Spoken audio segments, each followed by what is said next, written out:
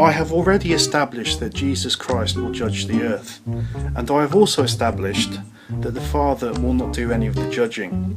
This is again confirmed in the following verse. John chapter 5 verse 22. The Father does not judge anyone. All judgment is done by the Son. So if Jesus is going to judge the earth, while his Father does not involve himself in the judgment process, and then on top of that the Bible clearly states that Yahweh will judge the earth, we are therefore left with the inevitable conclusion that Jesus is Yahweh.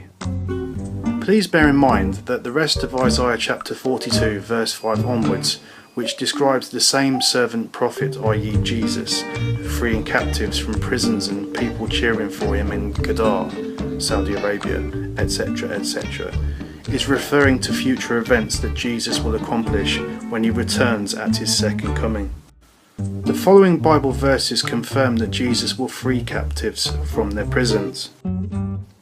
Luke chapter 4 verses 17 to 18. Then the book of the prophet Isaiah was given to Jesus, and when he had opened the book he found the place where the following words were written. The Spirit of the Lord is upon me, because he has anointed me to preach good news to the poor.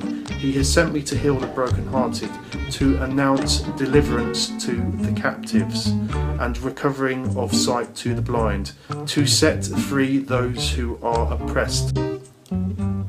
Now compare that to the related passage in Isaiah chapter 61 verses 1 to 2, which is clearly a prophecy speaking about Jesus. Also notice in there the mention of the day of the Lord, when Christ will return. Isaiah chapter 61 verses 1 to 2. The Spirit of the Lord God is upon me, because the Lord has anointed me to preach good tidings to the meek. He has sent me to bind up the brokenhearted, to announce freedom to the captives, and open the prison of those who are incarcerated, to proclaim the acceptable year of the Lord, and the day of vengeance of our God, to comfort all that mourn. Now here are those two chapters next to each other for you to examine the similarities.